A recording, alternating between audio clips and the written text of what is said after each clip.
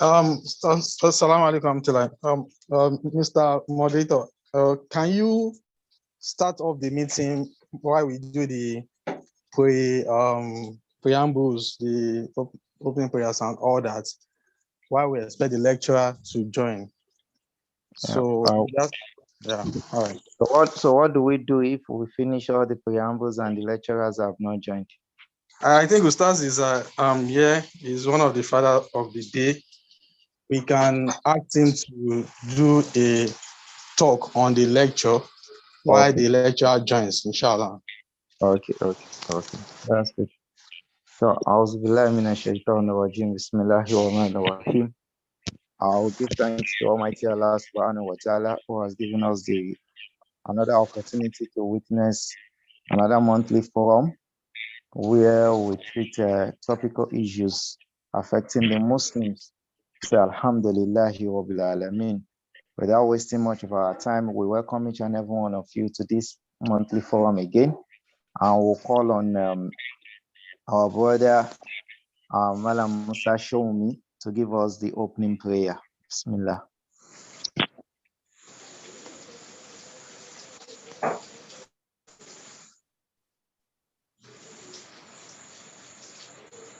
Malam Musa Shoumi, please give us the opening prayer.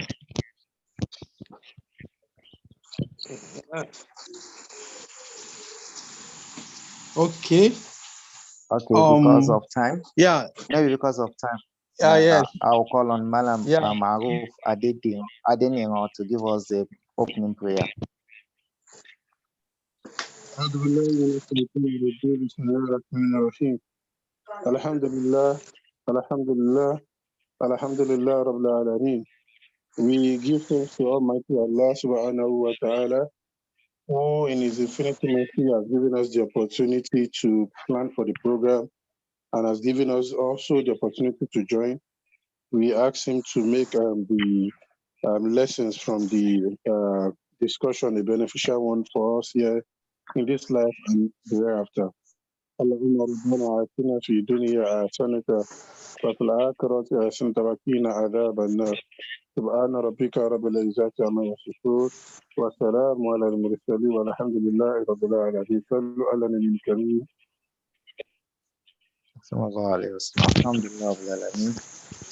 Thank you so much. We'll call on one of our Malams, Malam Abdulaziz Adebayo, to give us the recitation from the glorious Quran. نعم. أعوذ بالله من الشيطان الرجيم.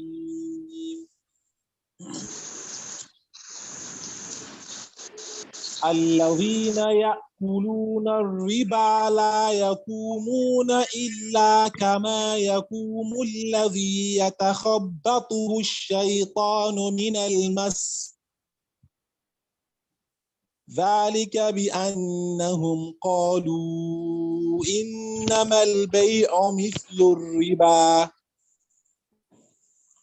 وأحل الله البيع وحرم الربا فمن جاءه موعظة من ربه فانتهى فله ما سلف وأمره إلى الله ومن عاد فأولئك أصحاب النار هم فيها خالدون يمحق الله الربا ويربي الصدقات والله لا يحب كل كفار أثيم إن الذين آمنوا وعملوا الصالحات وأقاموا الصلاة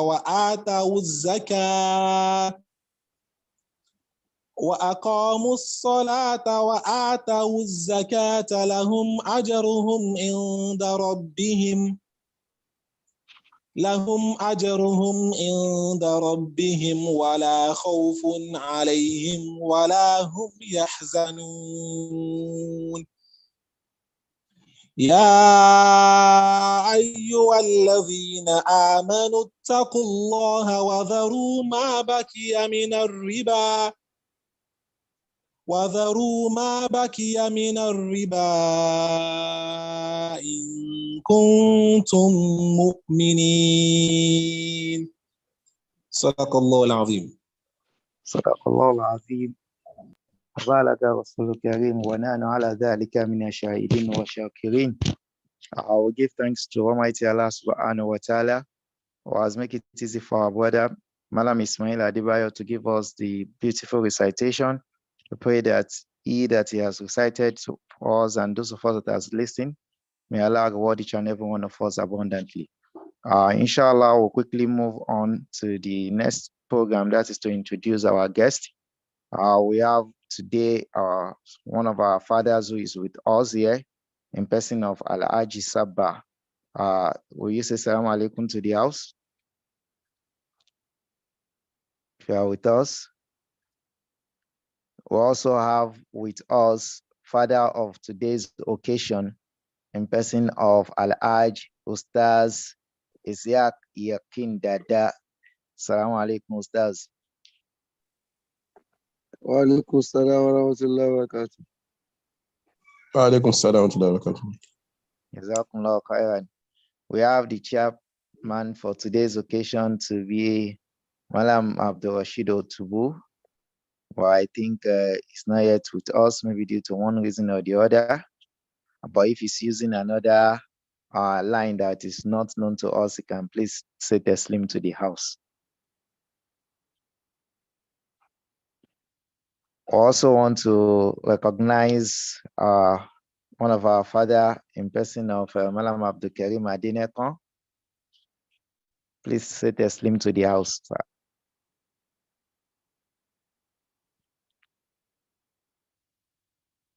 And finally, we'll be moving on to our lecturer. And that is no other person than Al-Haj Mikhail Animashaun. Ustaz, please, Al-Haj, please say Taslim to the house.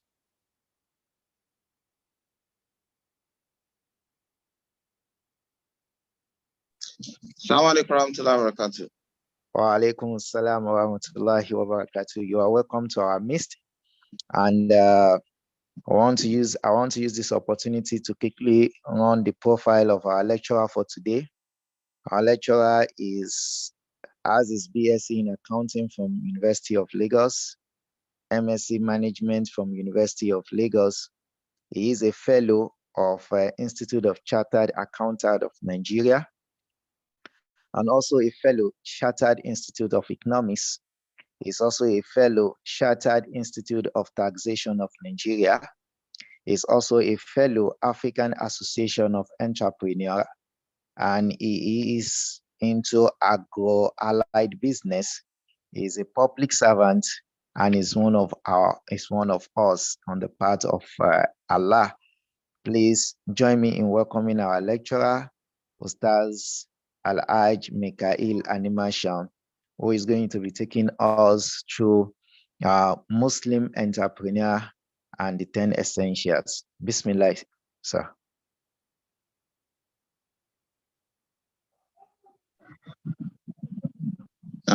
Assalamu alaikum warahmatullahi wabarakatuh. Wa alaikum assalam wa rahmatullahi wa barakatuh. A'udhu billahi minash shaitanir rajim. Bismillahir rahmanir rahim. Innal hamdalillah nahmaduhu wa nasta'inuhu wa nu'minu bihi wa natawakkalu alayhi. Wa na'udhu billahi min shururi anfusina wa min sayyiati a'malina. Man yahdillah fala mudilla lahu abada wa man yudlil fala hadiya lahu waliyyan murshida. Thumma salatu wassalamu ala rasulil karim wa alihi wa sahbihi wa man tabi'ahu bi ihsanin ila yawmi la yanfa'u malun wala banun إلا من أتى الله بقلب سليم. أيها الأحبة في الله، السلام عليكم ورحمة الله وبركاته. وعليكم السلام ورحمة الله We give thanks to وبركاته. Allah subhanahu wa ta'ala for bringing us together this night. It's a unique opportunity from Allah subhanahu wa ta'ala to have made it possible for us to ruminate over this very important occasion, a monthly engagement. The planning went smoothly, and today we are staging the program. It's a unique event from Allah subhanahu wa ta'ala, and we thank him. We appreciate this. We ask him to continue to shower his blessings on the noblest soul of Muhammad sallallahu, his household faithful companions, and those who continue to call onto the path laid by Muhammad sallallahu until the day of reality. Once again, I want to say Taslim to us, the best form of greetings here and hereafter. I say Assalamu alaikum wa rahmatullahi wa barakatuhu. Wa alaikum salam wa rahmatullahi wa barakatuh. So inshallah, as it has been said, the topic of our discussion tonight is the Muslim entrepreneur. So the Muslim entrepreneur. For those of us, I hope the slide is being projected. Not yet. Hello? We are only seeing. We are not seeing the slide. We are only seeing your video, your picture. We are seeing you directly, not the slide. Okay, so I have some network issues here. So I've asked that the slide be projected from your end, so that I just speak to those slides. Okay, noted. Okay, so but I will just continue because I know we are running out of time.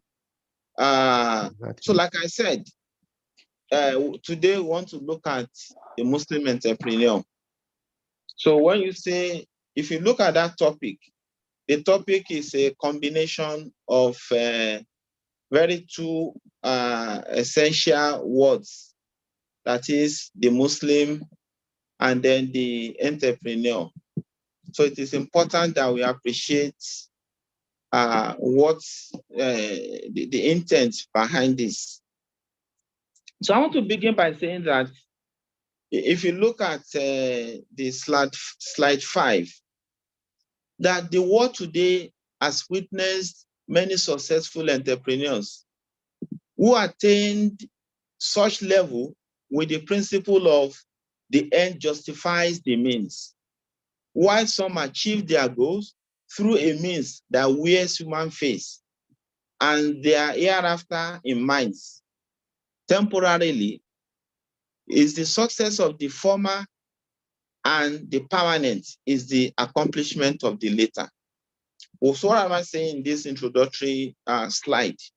That if you look out today, if you check the world, you go to the internet, you want to Google successful entrepreneurs. We are saying that we will count, a handful number of those who have been successful in their business endeavors. You see the like of Bill Gates, you can count them. They succeeded in their business endeavor because a number of them they believed and implemented the end justifies the means approach. What does this mean?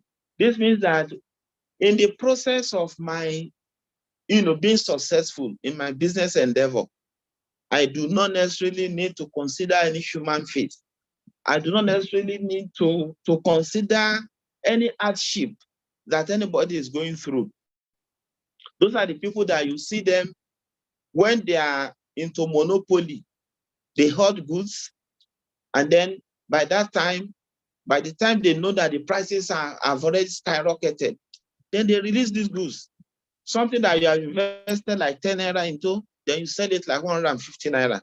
Those people will definitely make money. So that's what we are saying here, that the principle of the end justifies the means was the approach deployed by a number of successful entrepreneurs in the world today. So I now said follow that why some achieve their goals through a means that wears human face and they are hereafter in minds. So there are people who believe that no, for whatever business business that we are going into, we must ensure that we must understand and wear human face. That we do not need to say because we are the only sole importer or the only sole seller of this product, so we must, deal with people, and we don't want to bother what people go through.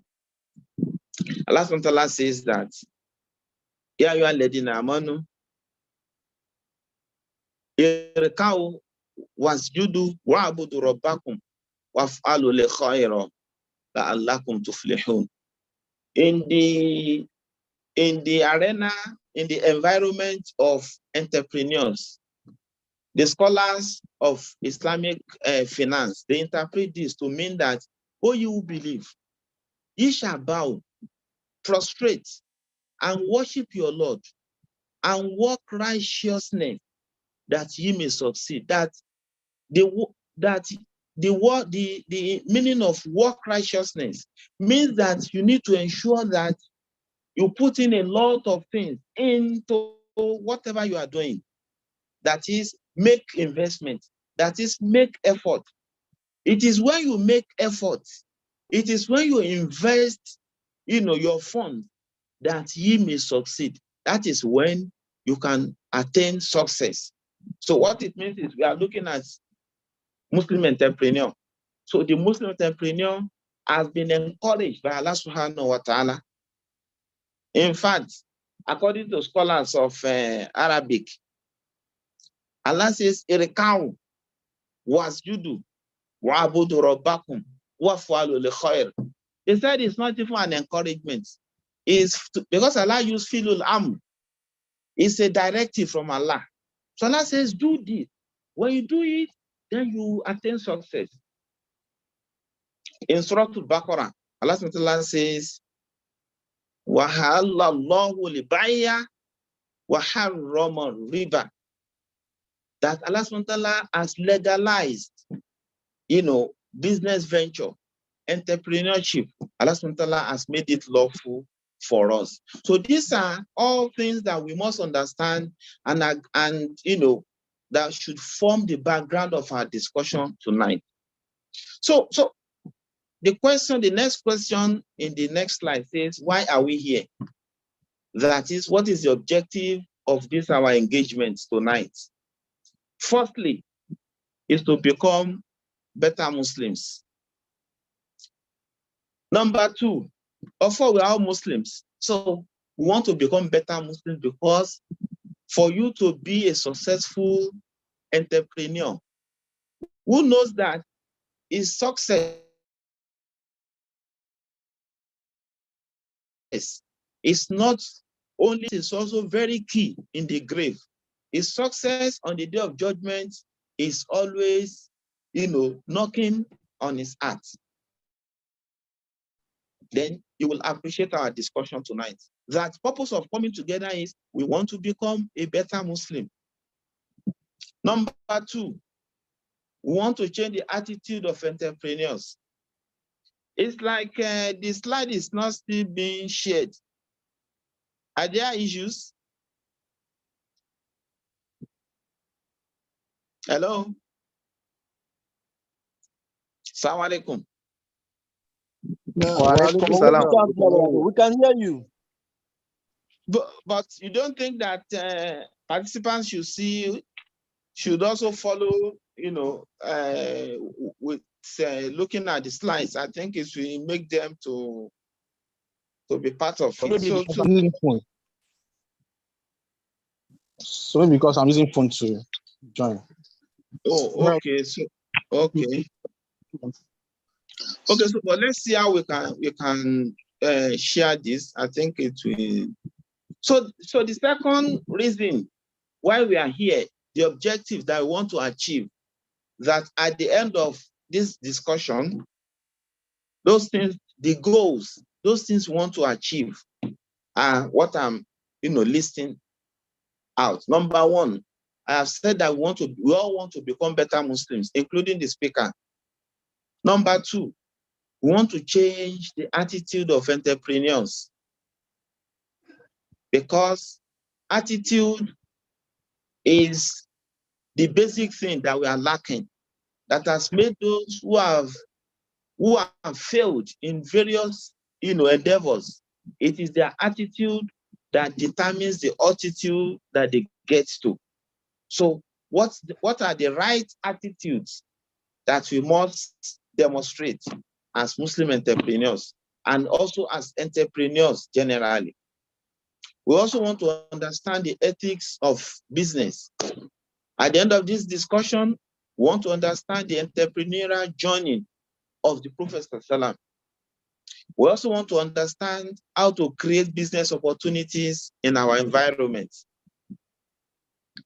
At the end of the discussion, we also want to create wealth within the Muslim Ummah.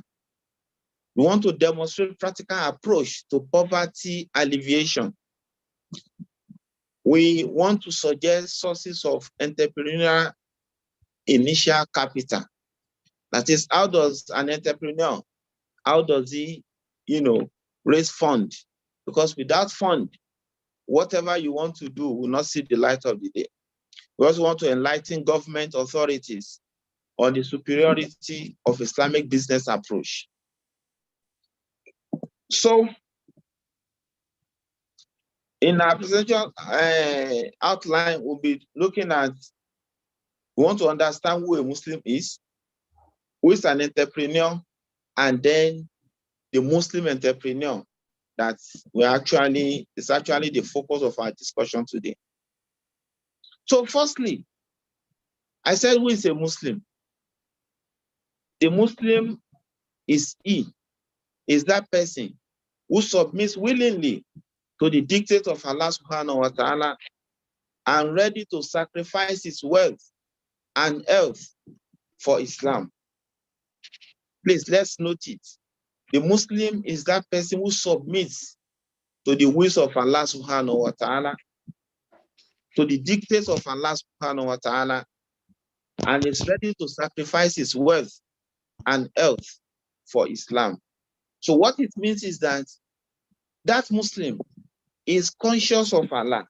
So whenever he is aware that this is what Allah subhanahu wa ta'ala has asked me to do, or that I'm going into this business venture, these are the do's and the don'ts. These are the parameters. These are the bounds of Allah.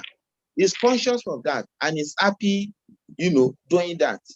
So how do I mean that he's happy doing that? You see a number of people today, they do work of righteousness just because of the environment they have found themselves, or just because of people's influence. But he who does righteous deeds with the intention that I am convinced that this is from Allah, with the intention that it is Allah that I want to please, then such person will, will be rewarded according to the intention that he has put forward. So now the next thing is expectations from a Muslim. We have looked at the definition of who a Muslim is. So now we are looking at if you say somebody is a Muslim, what are our expectations? What do we need to see from that person? Just like say somebody is a traditionalist, you will expect some features. So for a Muslim, what do you expect from him? A Muslim who wants to be an entrepreneur, number one, he must know that Allah subhanahu wa ta'ala is his goal. That is, I am going into this business venture because I want to use it as also part of the means to worship Allah subhanahu wa ta'ala. Secondly, part of the expectations will be that the person will believe that the Quran is his guide. The person will believe that Quran, whatever Quran has legislated, that will be his guide. So the third one is the Prophet Sallam is his model. So how do we mean?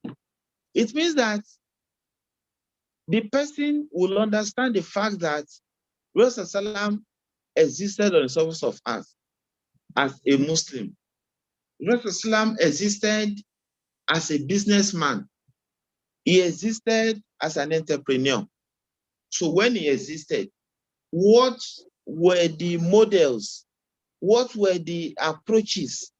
What were the strategies deployed by Prophet Sallam as an entrepreneur? So this is what we are talking about. So the expectations from a Muslim includes that the person wants to take Prophet Sallam as his model. And the fourth one is that that Muslim also believes that the path of Al-Islam, striving on the path of Allah, is what is our way of life. It is the way of life of that person. So if he believes that, because you will know that the social system of Islam, or let me say social system, is a subsystem under the Islamic nation. So he believes that the entrepreneurship is going into, as an entrepreneur, he knows that it's part of striving on the path of Allah to make life, to make the system conducive for other creatures who may not be as fortunate as he is. So that is about the Muslim. Now, about the entrepreneur, I have some working definitions of an entrepreneur here. So the first one is that I said the entrepreneur is an individual who creates a chain of businesses or even just a single business, bearing, bearing most of the risk and enjoying most of the rewards. That is, the entrepreneur is somebody who creates business. It may be an existing business, he is creating a replica of it. It could be a business that does not exist before. He has created a new business from his initiatives.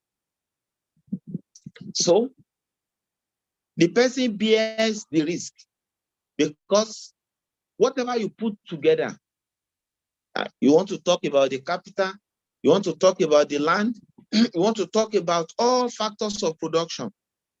When you put them together, you stand a risk of losing all of them. So sometimes you are lucky, all your investment goes down the drain. So you are taking a risk. And sometimes you may be lucky, your investment sees the light of the day. A good example is what happened to those who invested into stock in around 2007, 2008. It was a big risk. I was also a victim. So I had a colleague who bought IPO, initial public offer, from some companies, and then the person eventually, so when they launched it, the person eventually got something, and in fact, from the stock, he was able to buy a new car. So when I say a new car, I mean the Tokumbo car. So I also felt that I can see, I've done some analysis, and I felt whatever the investment he has done, there's no haram in it. So let me also go into it. So I did that. It was not long that, all those challenges, of the entire world started on stock issues. And some of the investment just went, and that was it. So an investor, an entrepreneur, is somebody who invests his money, his time, his wealth, his experience, his skills into a venture. So he stands the risk of getting back his money in addition with that profit. He also stands the risk of losing the entire investment. So the second definition or working definition of an entrepreneur is that he is a person who has an idea and who creates a product or service that people will buy, as well as an organization to support that effort. So what is standing out in this second definition is that the person who has created a line of business or a chain of business, such a person is also, it now requires that he support that business with an organization. What I mean is, don't be, as an entrepreneur, don't be a portfolio entrepreneur. You should have an operating location where you launch all your products, a place where people can come, meet you, discuss with you, see how you can expand your business venture. So an entrepreneur, after taking all this risk, after creating that product, he also supports that product with organization where you can sit down, bring up different strategies with which he can use to push that product better to the world. So the process of setting up a business is known as entrepreneurship. I put this there because I know, some people use that word interchangeably. They say entrepreneur, entrepreneurship. So the entrepreneur, entrepreneur means that person himself. The investor is the entrepreneur. So the process that he goes through, which we are going to look at in the next slide, is that process that is called entrepreneurship. So I just put that to also, make this clear to us. So now the next slide says, who is that entrepreneur? What do you expect from him? Number one, for you to be a successful entrepreneur, you must have set goals. You don't just go into a business line without you setting a goal that this is what I want to achieve. For an entrepreneur to be successful, he needs integrity. For an entrepreneur to be successful, he needs knowledge of what he is going into. For example, you cannot be in the stock market that is where you have your core competencies, and then you just go leave that stock business and then go into, say, banking, or you go into buying and selling that you're not familiar with that terrain.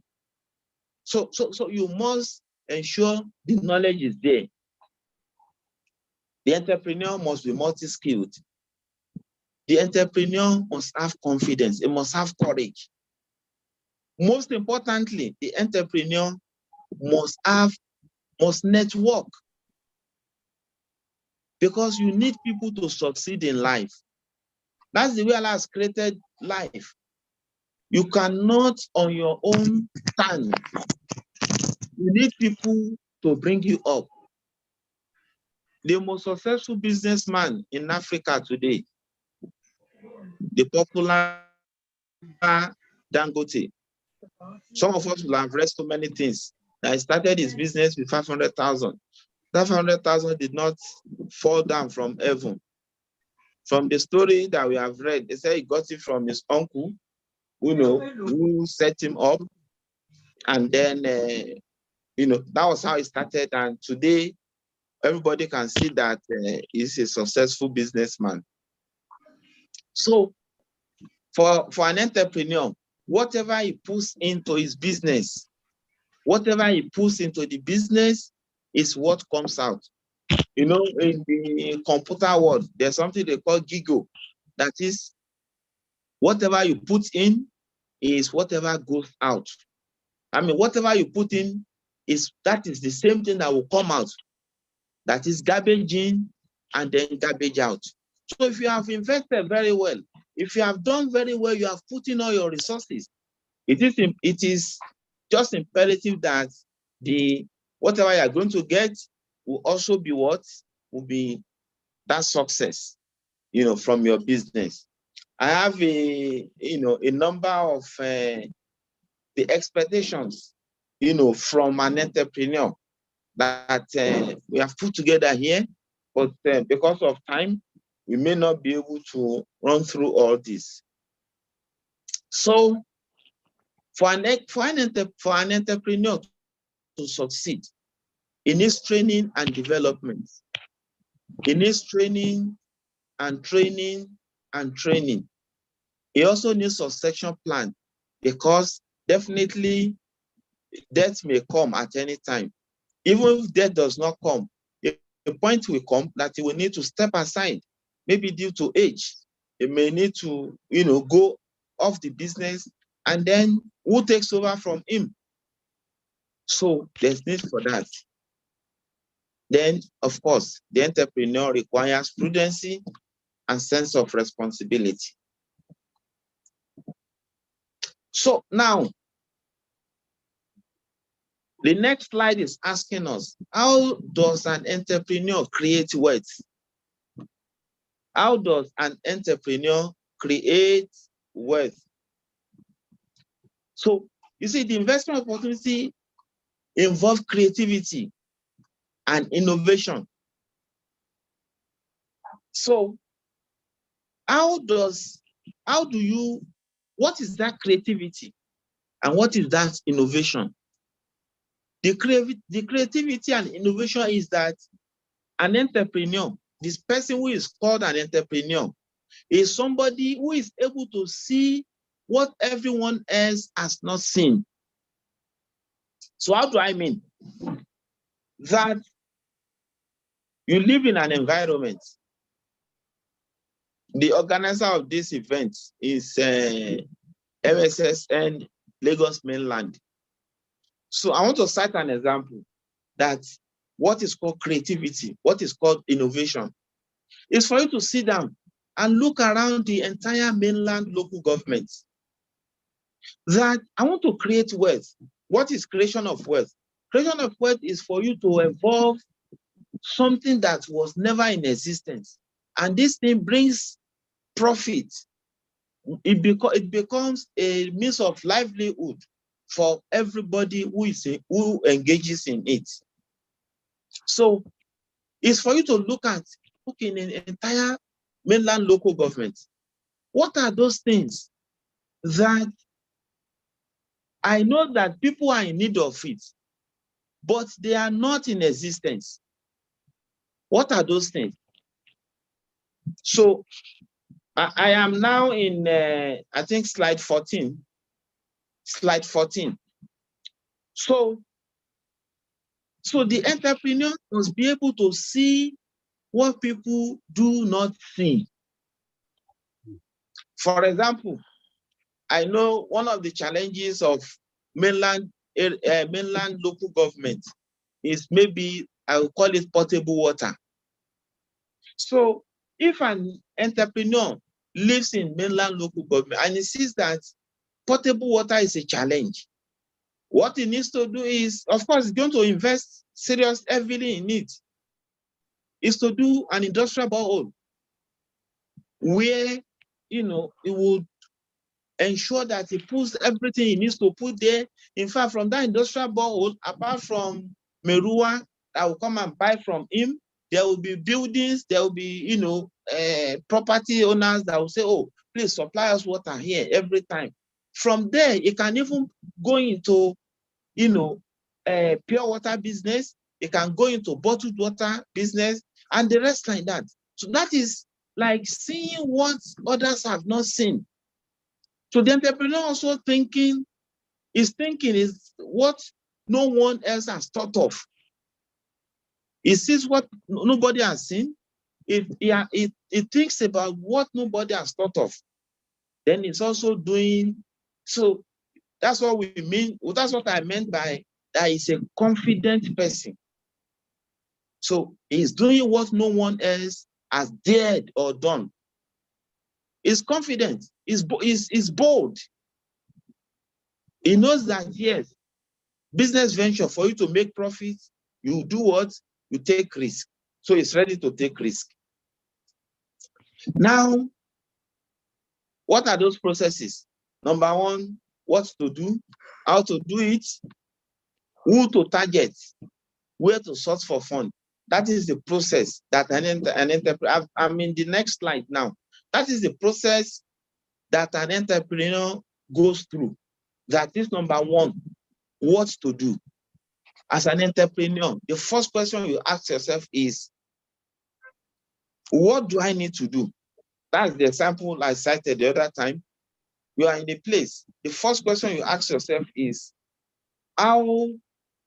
what do I need to do here that will be unique, that nobody has ever done? So when you're able to pencil down that thing, the next action is, how do I do it? That's the next thing.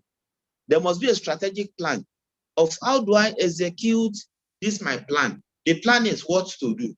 Execution, how to do it is the plan of how to execute it. Then who to target. You must have a target market. You must have an audience that you want to focus on. Because there's no way only you can, how do I call this now? You cannot saturate the entire market. There's no way you go into the market and say, only me. I will, overwhelm and cover up the whole market. It's not possible. Then you also need, because you need fund. So you also need to say, where do we source for this fund? It's very key, it's important. So the next slide is now telling us the sources of fund.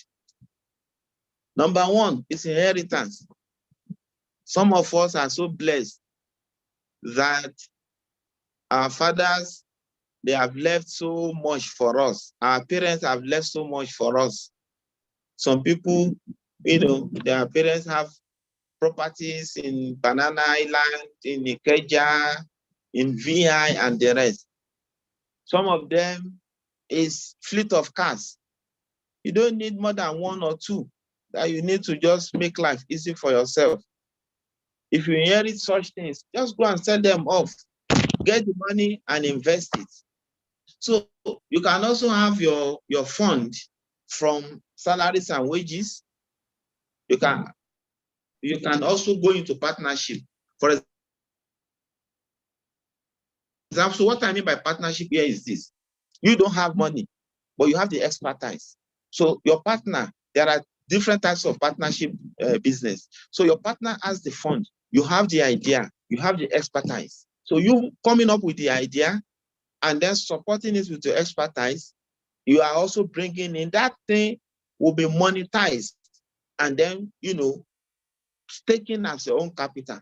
So that is you bringing in, some value addition into the business. It's also a source of capital. Family assistance. You may have an uncle, you may have a niece, or even a nephew, your younger ones who Allah is so blessed. You can have them to support you, as part of your, or even if your parents. Then sometimes your past savings while you were working. Then congealed wealth, property, loans from people, Sharia compliance loan from banks too. Then your pension and gratuity. If that business is the business you are going into after retirement, even though it's not the best, whatever business you cannot do while in service is one has to be cautious in going into them, after retirement, because there's no way you will need to wumble and fumble or you begin a business so that you don't go and put into a business that you are not familiar with the terrain. you don't go and put into it all your pension and gratuity, then that would be suicidal. So other types of business or different types of business, that is the title of this.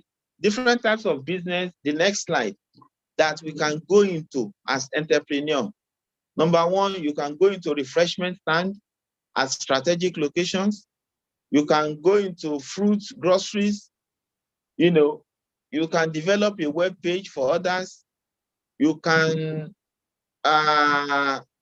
stock trading, like I mentioned the other time. Then you may even go into house cleaning service.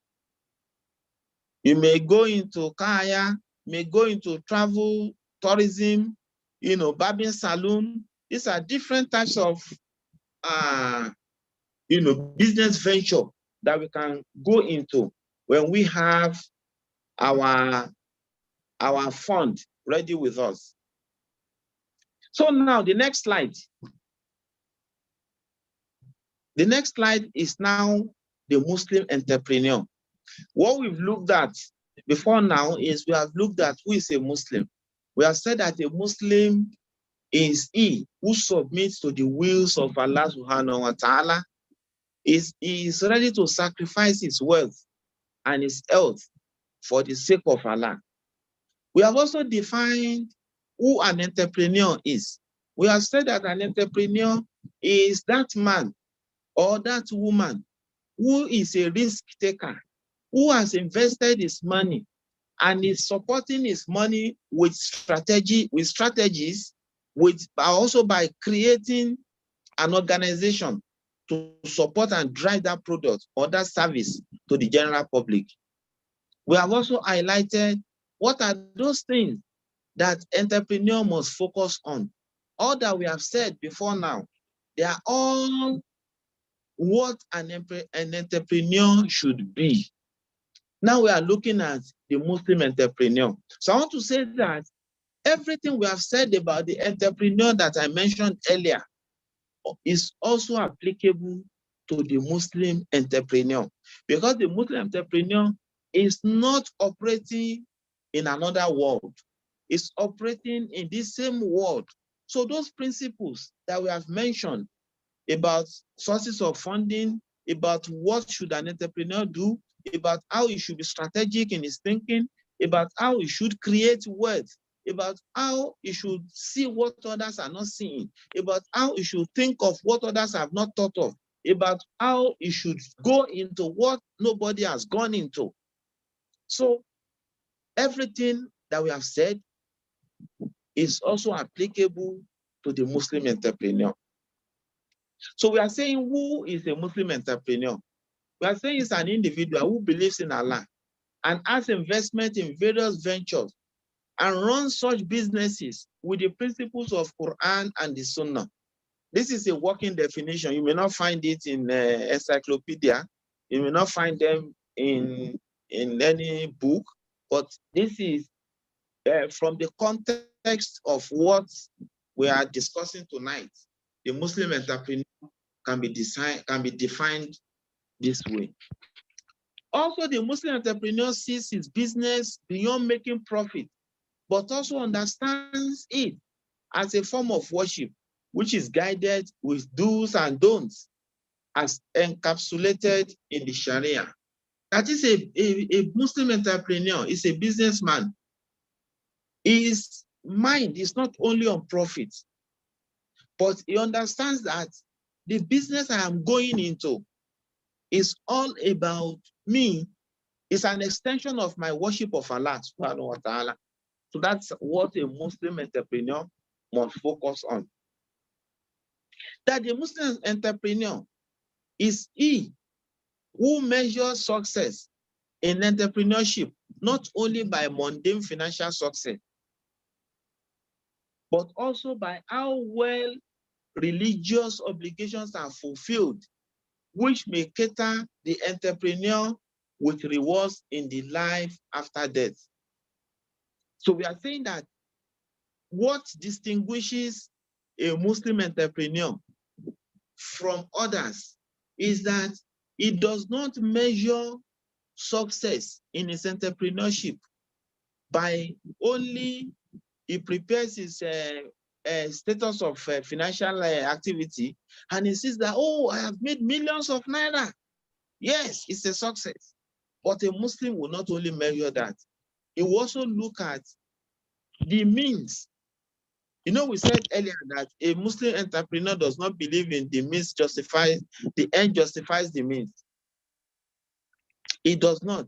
So what he's saying is that a Muslim is conscious of the fact that financial success is not the only measurement of success as a Muslim entrepreneur. He looks at the processes he has undergone, what the do's and the don'ts of Allah. He takes care of them because he knows that his journey is beyond this world.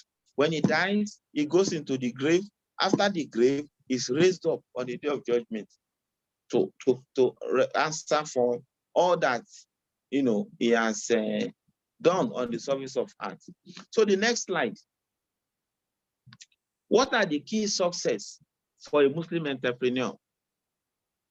That is, what are those things that distinguishes a Muslim entrepreneur from just an ordinary entrepreneur? Number one is honesty. You will see a Muslim entrepreneur, you will see honesty in him. For example, when he says to you, he gives you the adequate measure of what you are due. When you give him money, he tells you, he analyzes to you what and what are these funds, how they are going to be utilized. And the one that is just his own profit, he will let you know. So he's honest. A Muslim entrepreneur has tawakkul, that is reliance on Allah. You know, in Yoruba land, they will say kirakita dollar. So he has tawakkul. But tawakkul does not mean that he is nonchalant. That's not tawakkul. Tawakkul is that he has done everything that is humanly doable. Then he relies on Allah. It's not that they will say, oh, government is giving them interest-free loan. He will say, no, me, I don't. Allah will bring my own loan. No, he will not do that. They will not say that FIRS has made a new law that if you don't register, if you don't do this, there's going to be issue. You say, no, yeah, I rely on Allah. No, that's not tawakkul. Tawakkul is do what you're supposed to do as human being, then rely on Allah. Trustfulness is a trustworthy person. Everybody, you know, prefers to run business with him. Everybody prefers to be his partner in the business. The Muslim entrepreneur has sacred intention. Sacred intention means that what I'm doing, this is my business venture. I do it because I see it as part of my act of worship. Then a Muslim entrepreneur pays zakat. That is what you don't see in others. Because by paying your zakat, you are empowering other less privileged people. By paying zakat, you are technically eliminating poverty in the society. By paying zakat, you are adding positively to the social welfare, social well-being of the citizenry of the Islamic nation. A Muslim entrepreneur, because it's a successful entrepreneur. Yes, in fact is, you know, for somebody to be how do they call them now? For somebody to be able to spend, you know, he has his money when there is need for it. You know, people who are in need, organizations who are on the path of Allah, they need that. So he spends on the path of Allah. He does not close his eyes when it comes to sadaqah. These are the uniqueness, you know, with a Muslim entrepreneur. The Muslim entrepreneur is grateful to Allah. He is not a greedy person. He is not greed. It's not a greedy person. Then he gives full measures, like I've mentioned. Then he does not want any market. So the next slide. The next slide is what. Sir? Sorry, Can please can we mute our mic, please? Let us mute our mic. So the next slide wants to demonstrate to us some facts for entrepreneurs. What are those facts? I want us to look at this slide. The slide says if A, B, C, D to Z, if they equal to 1, 2, 3, 4, 5 to 26, that is, if we represent A with 1, B with 2, C with 3, D with 4, like that, till we get to Z, and then we represent it with 26. Let's go to the next slide. I need you to follow up with this so that we can be on the same page. If what you have said that A represents 1, B represents 2, if it is true, then for you to know that hard work is very key. You know, we said that a Muslim believes in tawakkul, but his tawakkul is not that he will not be hardworking. So if you are hardworking, look at what you have. If you spell hard work, you will have HARDWORK. In our list of A is 1, B is 2, C is 3. H, if you look at it, is in the position of 8. That is the first H in hard work. The A that follows is 1. The R that follows it is 18. The D that follows it is 4. W that follows it is 23. The O that follows it is 15. R is 18. Then the K is 11. If you put them together, it means that if you are hardworking, you can be guaranteed of 98% success. If you are hardworking, if you are a Muslim entrepreneur that is hardworking, you are guaranteed 98% of success. So hard work takes you to a very, very far distance. If I take you close to your destination, then knowledge. What does knowledge? What score do you have when you deploy knowledge into entrepreneurship? Number 1, you have knowledge. You know, knowledge starts with KNOWLEDGE. If you look at their position, K is 11, N is 14, O is 15. When you sum up everything, you have 96%. With our assumption that A is 1, B is 2, C is 3, Z is 26. So what this slide is telling us is hard work is very key to an entrepreneur.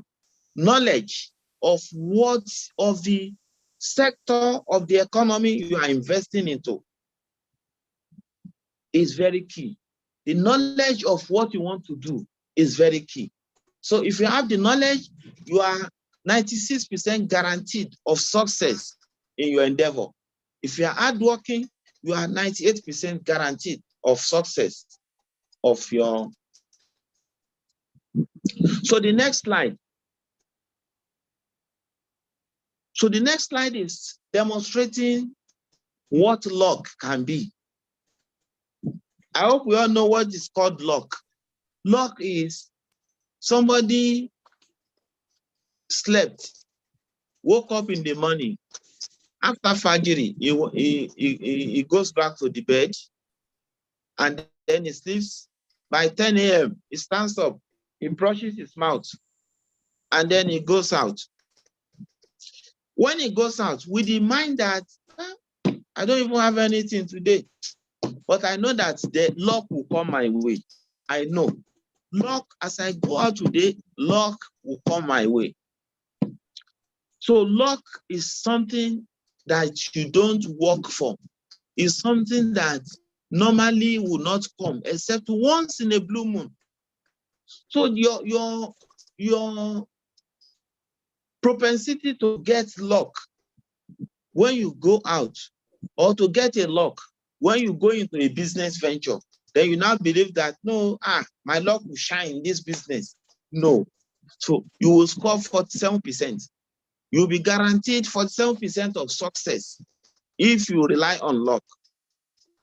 If you rely on money, you can get 72%. M is 13. O is 15, like that. If you sum them up, you have 72. You know the reason? Because money. There's an adage in Yoruba, but you can see in the context of success of an entrepreneur, you can see that money cannot solve every problem. Of course, money will take you to a very large extent, because you have the money, you can invest, you can buy, you can get office, you can go, you can network. But if you have money, today you can go to Aso Villa. If you can buy your way in. So you can manipulate your way with money, but it's not in all cases that money will take you to the final destination. So now, what does an entrepreneur need? What he needs is attitude. So we want to see the entrepreneurs and attitude. Look at what attitude gives you. Attitude is ATTITUDE.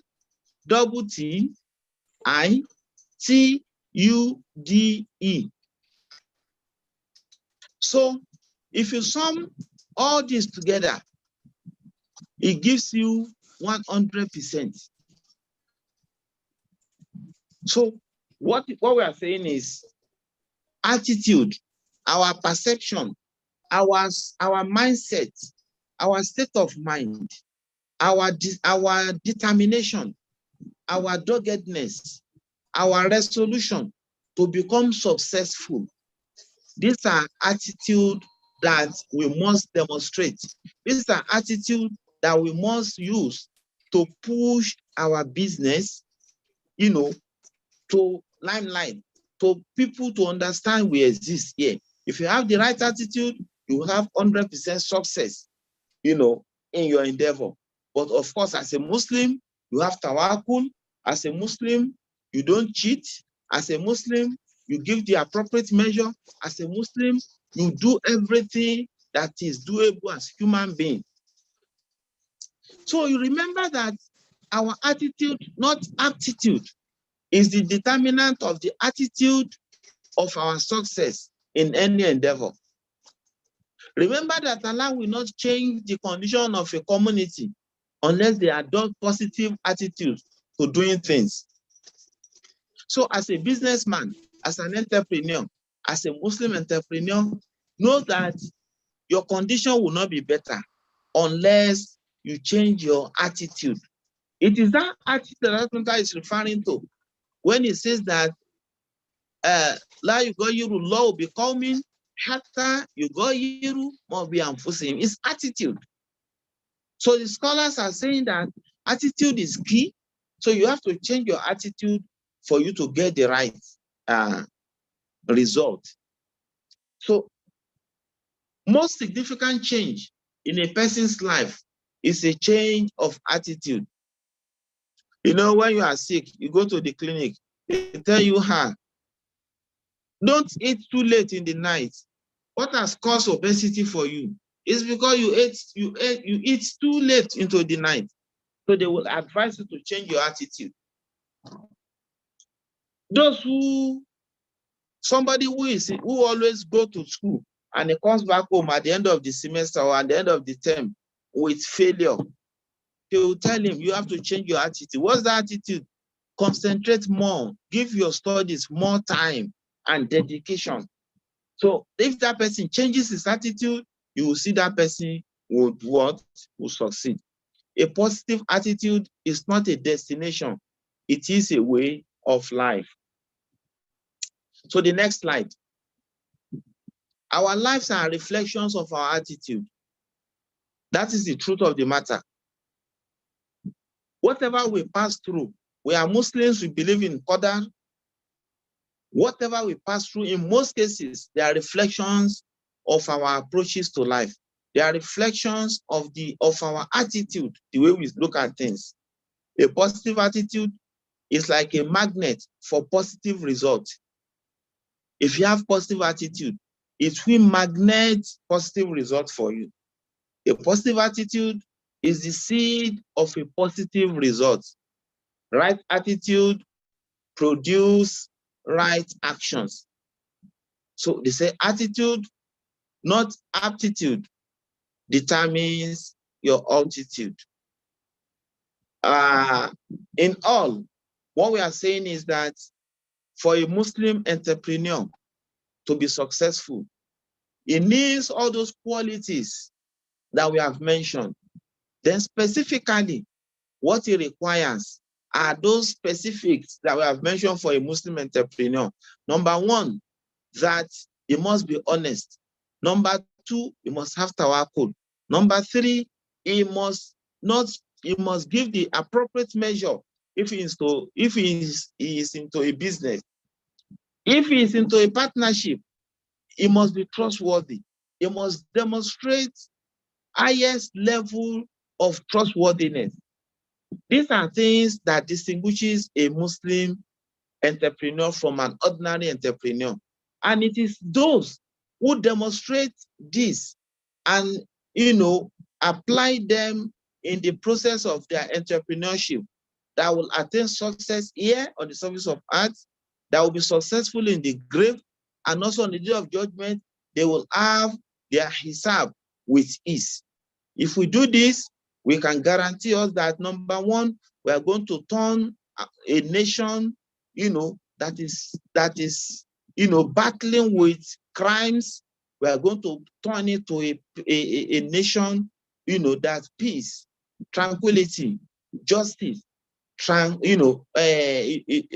transits in the society, and then that society becomes free of crime. Brothers and sisters, it is important that we know that it is Muslim entrepreneur that can bring fortunes into our nation. It is Muslim entrepreneur that can reshape the situation that Muslims have found themselves in Nigeria in particular, and then in the entire world. So if we have the right attitude, if we deploy the provisions of our deen, the Sharia, into our entrepreneurship, we'll see that people will come to us, and then we'll be able to preach our deen and then influence people positively to be able to create an environment where justice, peace, and tranquility will reign. We pray that Allah will continue to make us better Muslims. May He grant us success in all our endeavors and make us successful Muslims here and hereafter. Assalamu alaikum wa rahmatullahi wa barakatuh. And thank you for your attention. Wa alaikum assalam wa rahmatullahi wa barakatuh. Jazakumullah khairan. Takbirullah. Allahu Akbar. Alhamdulillah, we give thanks to Almighty Allah subhanahu wa ta'ala, who has make it easy for our Al-Aj Mikhail Alimashan to give us that beautiful explanation to how a Muslim entrepreneur should look like. And we've been able, he has taken us through a very long journey. And I'm sure some of us may have one or two questions that we want to ask so that we can have a better understanding of how things should work for the Muslims, for the Muslim Ummah. So in case you have questions, please kindly signify by raising up your hand. We don't have much time. We'll spend, this is past 10. Please kindly signify, and when you ask your question, go straight to the point. question and answers. As we are waiting the questions, I will use that opportunity to quickly give us the information that we have, that inshallah our next topic for the next discussion for next month is going to be spinal abuse, a silent endemic. And inshallah, the lecturer is going to be Dr. Alimi, the medical director, Bobi Hospital. And this has to do with our health. And you know, health is wealth.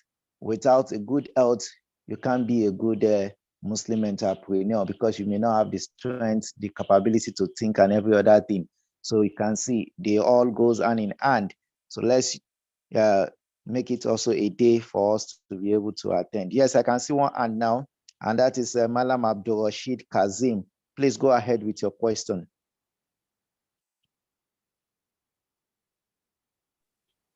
Malam Abdul. Wa alaikum assalam wa rahmatullahi wa barakatuh. I want to say a very big jazakallah khairan to our lecturer for taking us through what it takes to be a Muslim entrepreneur. But the question I would like to ask is this. We know that for you to be an entrepreneur, a risk is involved. I don't know, is there any way we can measure risk before going into an idea, so that we don't run short of the capital we struggle to raise? We're not going to a business then in a very short period, the whole thing liquidates. So is there any way of how we can calculate the risk, how we can measure the risk before going into business? Okay. Well, to add to also the question so that the lecturer can answer them together, I want to ask based on from the sources of fund. In reality, if we look at these sources of fund that our lecturer has given to us, from my own perspective, inheritance, some of us may not be very fortunate to have good inheritance. Salary and wages, some of us, in fact, our salary is nothing to write home about, talk less of even being able to save it for us to be able to get enough capital for us to be able to go into business. So, and the partnership, people have been afraid of going into partnership now. I've seen a situation whereby somebody put down total amount of money required for the business, and the other malam is ready to put his expertise. But at the long run, the expertise is not fulfilling its part, and the money is being spent and no return. So people are afraid of going into business in that with that respect too. Then hardly do we find a loan that is free of interest. So with all these in place, how do we actually raise good capital for our business? So that's my own question.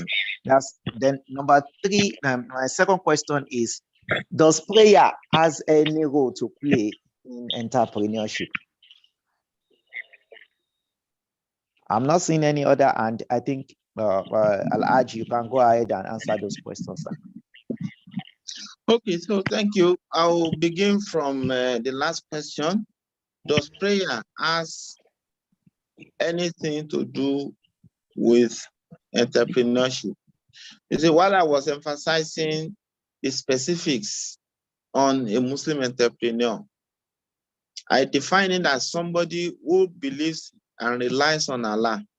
That is somebody who submits to the wills of Allah subhanahu wa ta'ala, and it does not query that will of Allah subhanahu wa ta'ala. That a Muslim entrepreneur is somebody who believes in tawakkul. All this means that the person has requested Allah. But for a Muslim, whatever you need to do, the first thing is you go. There are so many things I had to skip, in this slide, because I know I was told it's just a 40 minutes, discussion. So for a Muslim, whatever you need to do, the first thing is you have to do istikhara. Salat istikhara, as the scholars have taught us, said Islam that anything he wants to, go into, it seeks divine guidance from Allah subhanahu wa ta'ala and say, okay, oh Allah, I want to do this, please guide me. So it does that dua. So by implication, a Muslim will not go into anything without asking for Allah's guidance, protection, and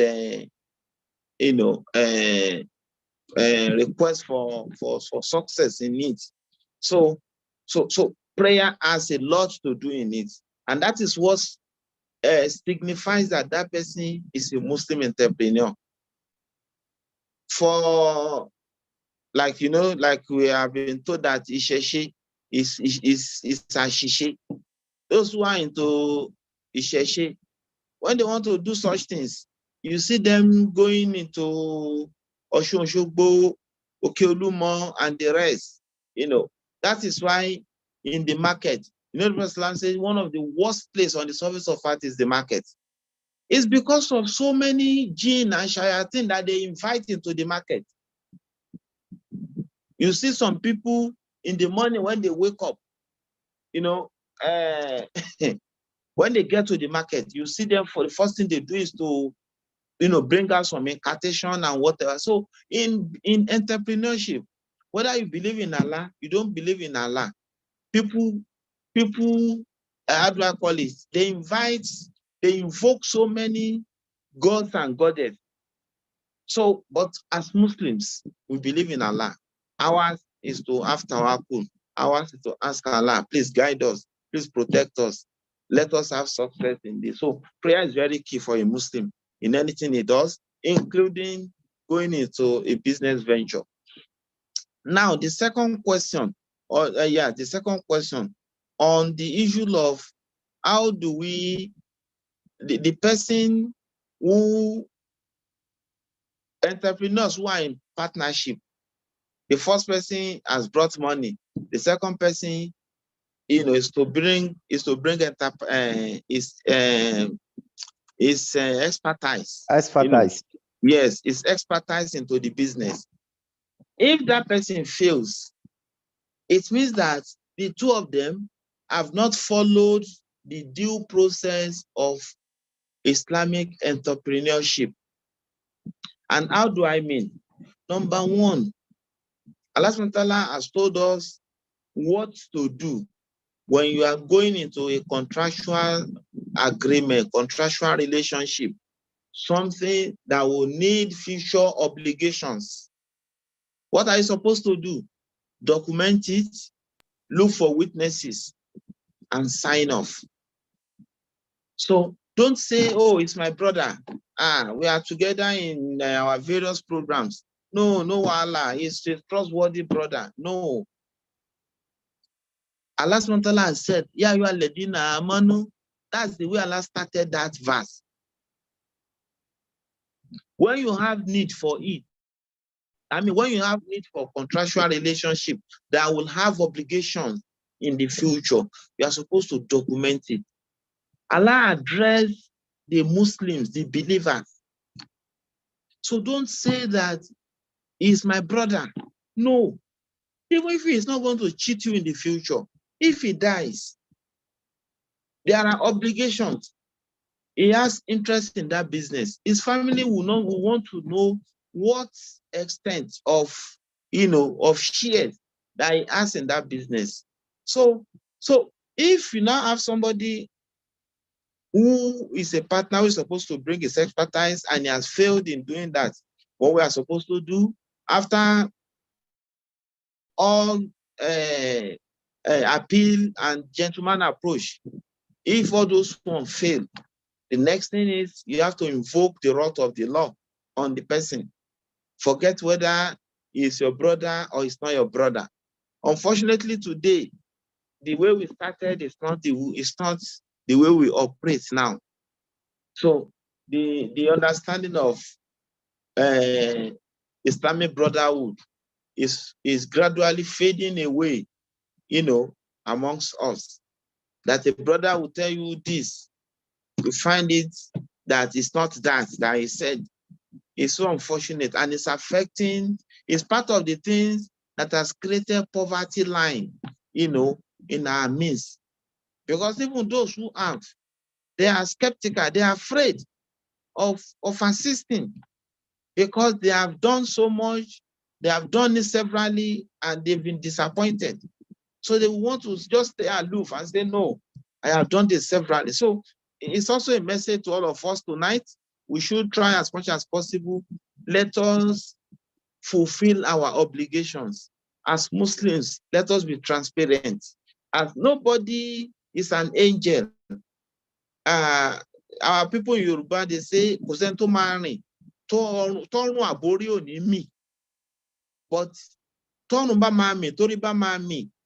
the person that you have signed an agreement with go back to that person. That's what I've always said. If you have an agreement, you cannot fulfill that obligation. Go back to the person that you have had an agreement with to say, this is the situation. I cannot meet up with this again. This is the way to go. If we do that, it will restore that trust and the sincere Islamic, brotherhood that had ever existed. That had existed in our midst before now. So then the first question on the issue of capital, how do we raise capital? No, what was that question? Okay, yeah. So I remember now that how do we measure risk? How do we measure risk for you to be able to know whether is this business the business you should go into or not? So firstly, to everyone listening to me, the first, I mentioned it, the first thing an entrepreneur does is to have like a feasibility study. You need to survey the sector of the economy you want to go into.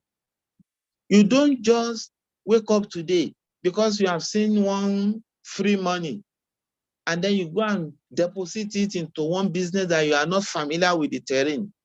That person is not being realistic. So I will say generally that there's no specific measure or there's no specific way to measure risk accurately. But the way you measure risk is this. First of all, understand the terrain of the business venture you want to go into. If you don't understand it, you may run into issues. Number two, even when you understand it, when you are going into that business, you should think high, think very big, but you begin small. The reason why you are thinking very big, you are seeing the end of that business from today. I think, for example, you want to be selling, what will I call it now? Say ewedu, or you want to be selling rice. And your mind, your goal is that you want to be the largest supplier of rice in the entire mainland local government. But you have the capital today. Don't begin with that at that level. Begin with, I want to mamata, what do they call it? I want to share karakata. The people that will just sell little quantity for you, like retail business. That is the way you should begin. If you begin that way, the next thing will be that you will understand that terrain. For those who deal with retail, then you grow to wholesale. Then when you leave that level of wholesale, then you can say you want to, take over the entire market. But because you have the money, and then you have claimed that you have the knowledge, if you go and begin very big, definitely, because the terrain of those who deal with wholesale level, or those who deal with people who have taken over the entire market, the experiences they have passed through is not easy. My personal experience, I told you while they were reading my profile, I am into agribusiness. At a point in time, I started with a large number of acres. And those investments, I tell you today, they have gone down the drain. They've gone down because, the intention was, oh, there's no big deal in this thing. Let me go into it. So I went into it. Then I started very big. I should have started with maybe like 2-3 acres, but so it's all about inexperience.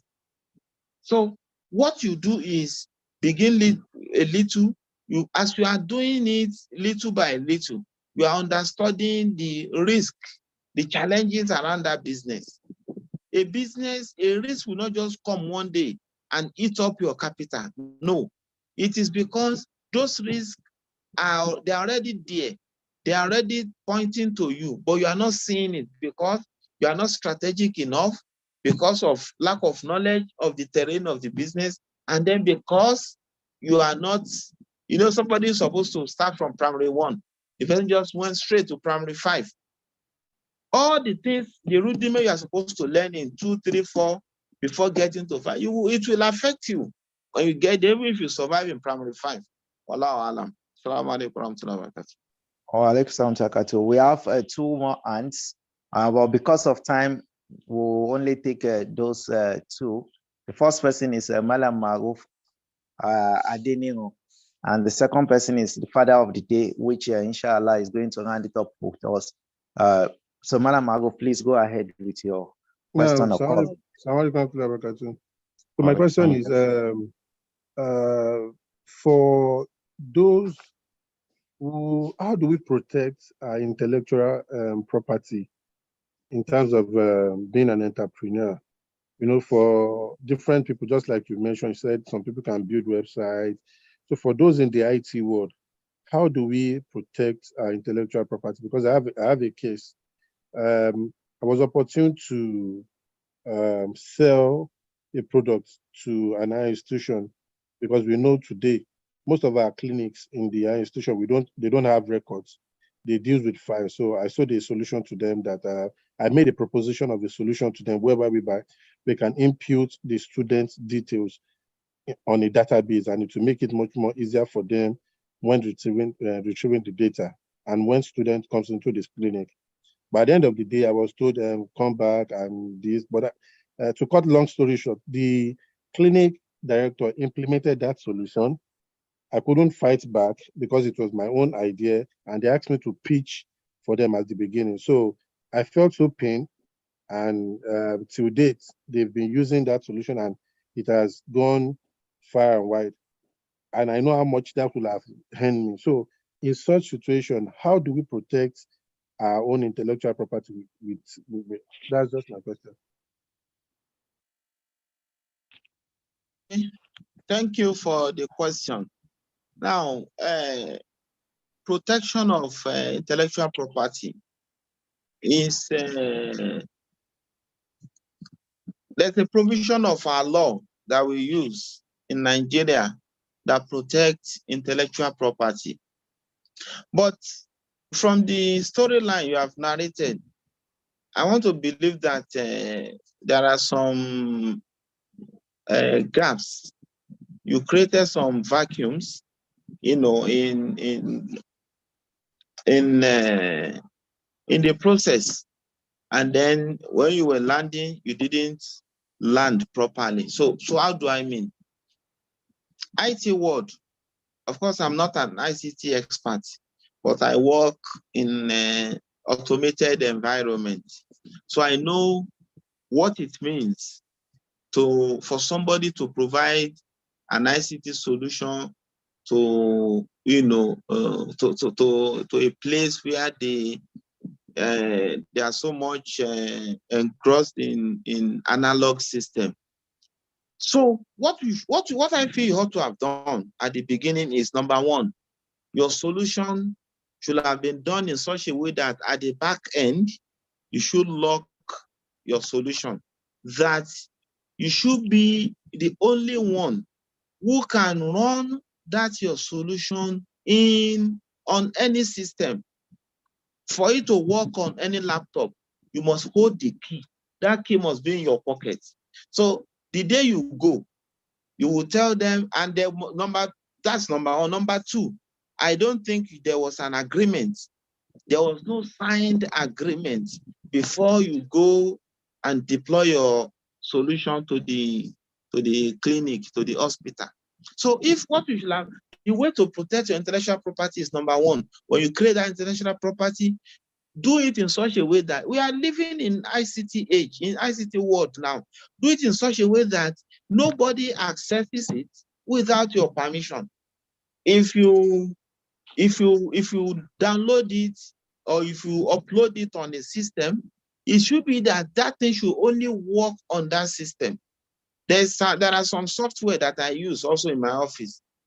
I can't use it on other systems. It has to be on my laptop.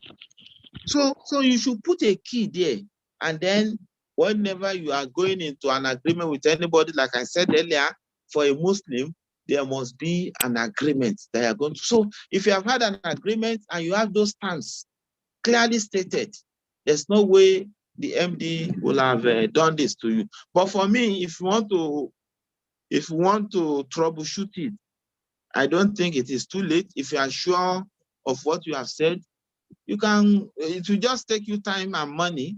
You can go and challenge it in the law court. So if you have all your facts and figures. But for me, as an ICT person, I think because there are so many ICT solutions, what you can do is the little you have done, build on it, and then you do your dua. I'm sure Allah will give you something better than what has gone, inshallah. So alaikum salam wa rahmatullahi wa barakatuh. So call on the father of today's occasion in person of Ustaz Isiaq Yakin Dada. Bismillah.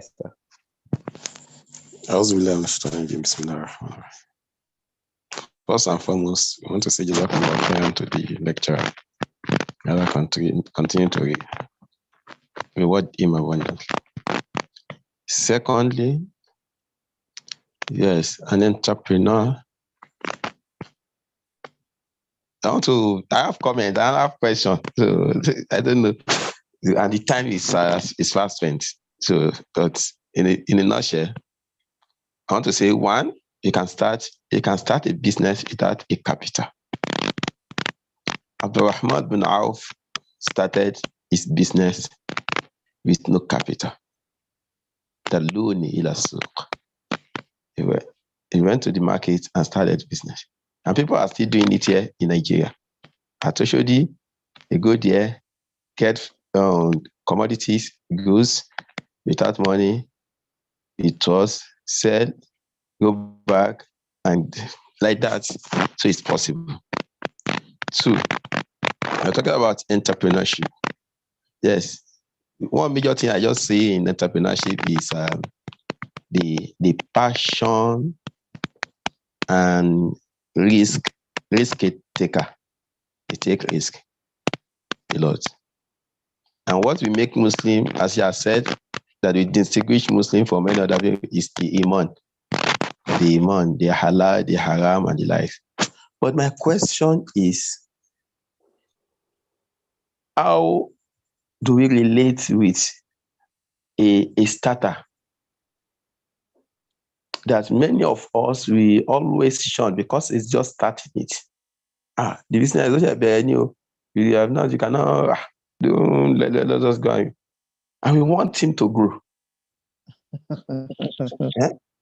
And we don't want to, we are afraid to give him money. Even the bank will not give him money as a starter. The bank will not give him money. We are afraid to give him money.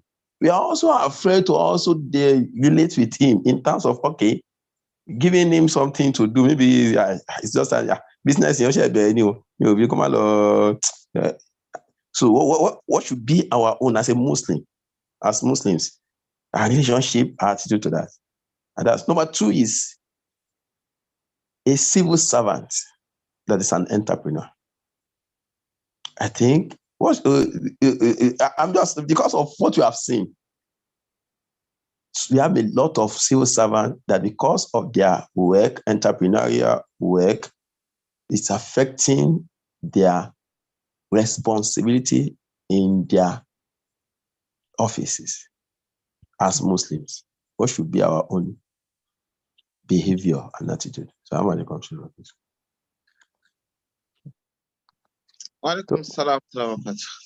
Okay, so I'll begin with the last question.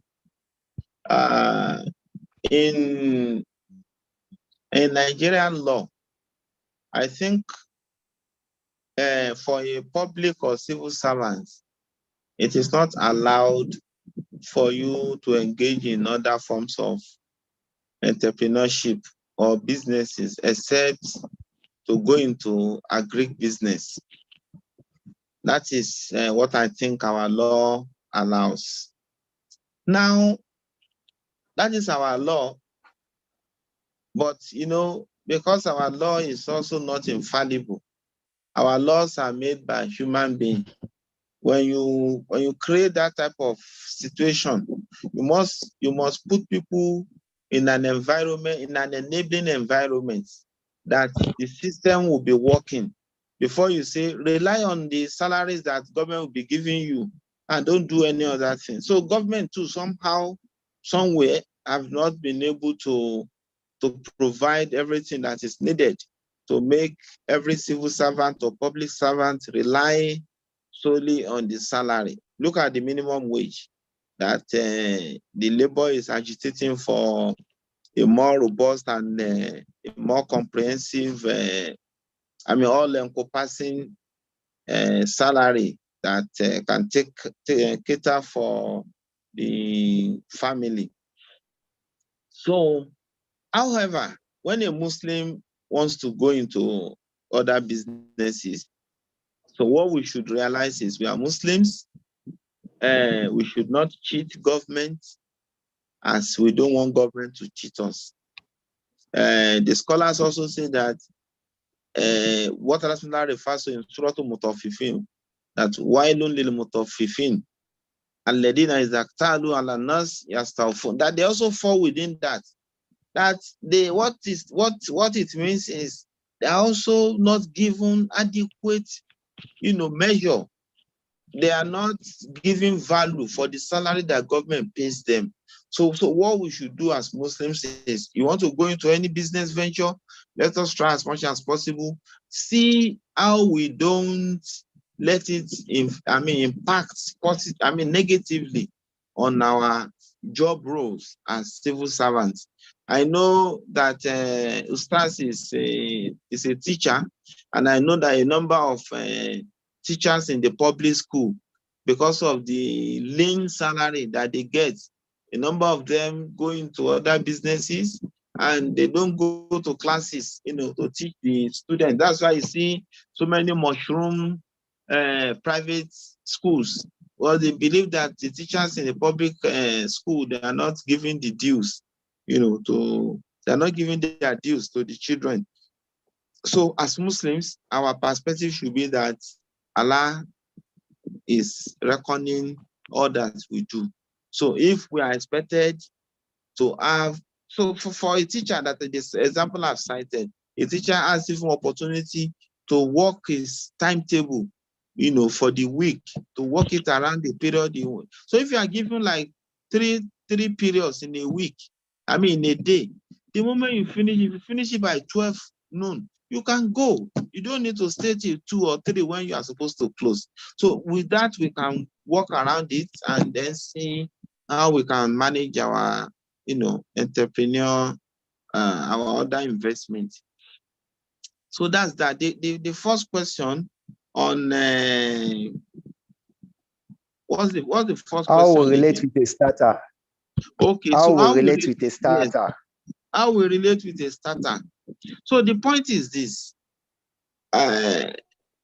we must all appreciate the fact that the person who wants to buy from a starter, or the person who is inviting services from a starter, is also putting his money in line. So he also needs to have value for money for the service he's requesting for. or even for the goods that is purchasing from that person. He also needs value. So we must not look at it from the perspective of the starter, the new starter, of a business venture. So, for example, I will use the example of a service rendering entrepreneur. In a situation, let's say, for example, somebody is a plumber. I have invited that person, come and repair for me. Apprentice in Yosha Jadi, Lodo Organi.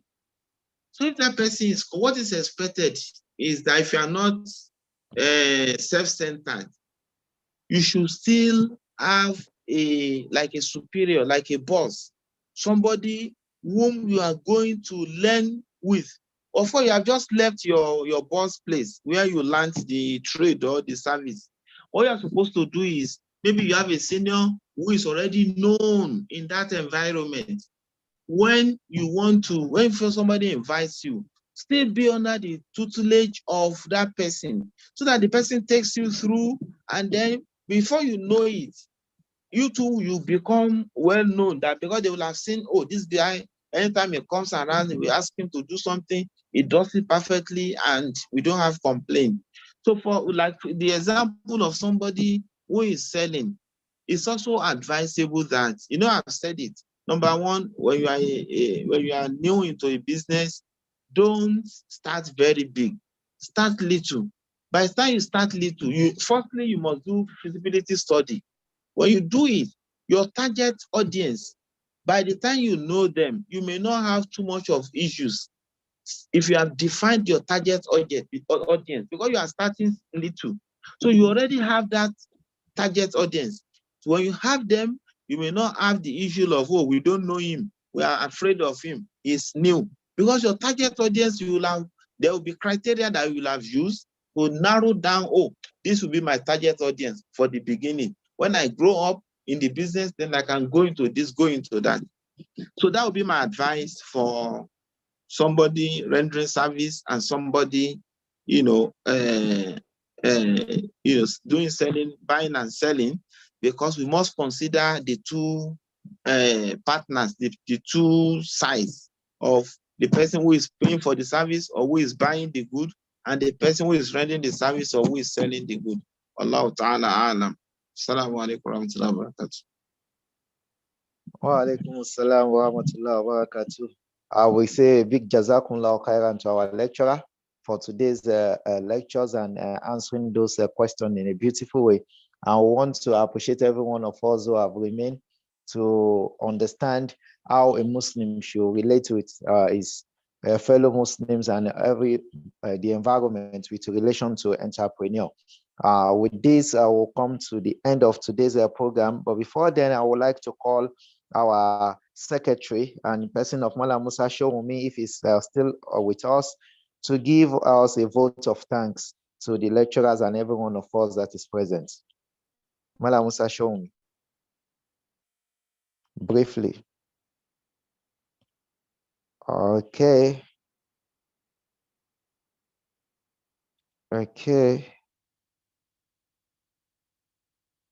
In case he's not with us, can we call one of our elders in the group, in person of Malam Maruf Mustafa, to give us a vote of thanks?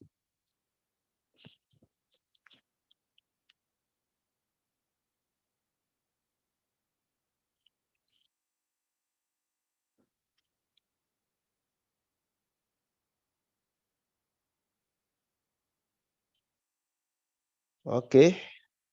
Can we call on Malam Sulaiman Babajide to give us a... Okay, somebody is talking. Is it Malam Musa? No, Sister Sophia's hand is up. Oh, sorry, Sister Sophia. Is it question? Time is fast spent. This is to 11, and you said we are not going to take any more hand. Okay, wa alaikum salam zakatu. Please, how can we connect with you more than this? Probably on WhatsApp, or is there a link or a WhatsApp number? In case if we have questions later on. Okay, you mean? Okay, that you'll get from Malam Habib. inshallah, he is going to send maybe his contacts to our group so that from there, where you get the link from, he's going to send the contacts there, inshallah, so that you can communicate properly with the lecturer. And also, if you can see the screen, there's a number for more information. Exactly. You can contact the number below. Jazakumullah khairan. So Malam Sulaiman Babajide. Malam Sulaiman Babajide, are you with us? Now, yeah. Assalamu alaikum wa barakatuh. Wa alaikum salam. Please give us vote of thanks. Alhamdulillah Rabbil Alameen. We thank Allah for making it possible for us to have it in plan to have today's lecture. And likewise, we appreciate our lecturer for taking us through the wonderful lecture and guiding us on how to become a Muslim entrepreneur. We pray to Allah subhanahu wa ta'ala to make it a beneficial for us in this world and hereafter. And likewise, we appreciate all participants for taking time to participate in this program. Even by now, some might feel like sleeping, but despite the fact, we still try to stay up to be in attendance. May Allah reward us abundantly and grant us the reward in this world and in the hereafter. Assalamu alaikum wa barakatuh. Wa alaikum salam wa rahmatullahi wa barakatuh. Wa subhanaka Allahumma wa bihamdik nashhadu an la ilaha illa anta wa nastaghfiruka wa natubu ilayk. Wa la asri bismillahir rahmanir rahim wa la asri innal insana lafi khusr illa alladhina amanu wa amilus salihati wa tawassaw bil haqqi wa tawassaw bis sabr. Subhanaka Allahumma wa bihamdika ashhadu an la ilaha illa anta wa nastaghfiruka wa natubu ilayk. Subhana rabbika rabbil izzati amma yasifun. Wassalamu ala al mursalin walhamdulillahi rabbil alamin.